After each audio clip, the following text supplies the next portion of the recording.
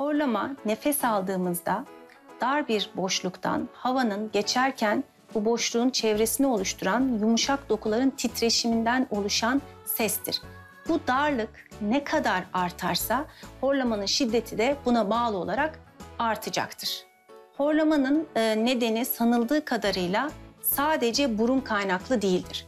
Burun dışında yutağı oluşturan, özellikle çeneden itibaren boğazda yutak kısmını oluşturan bölümün darlığı çok daha etkendir. Kişinin dilinin büyük olması, geriye kaçması, küçük dilin sarkık olması ve çene yapısının bozukluğu kişide özellikle bu yutak kısmında darlığa yol açar ve buna bağlı olarak da horlama gerçekleşir. Uyku getirici özelliği olan alerji ilaçlarını doktorunuza danışarak kullanmak. Yatmadan önce ağır yemeklerden kaçınmak ve akşam yemeğini 7'ye kadar yemek. Başınızı yüksekte tutacak yastık tercih etmek.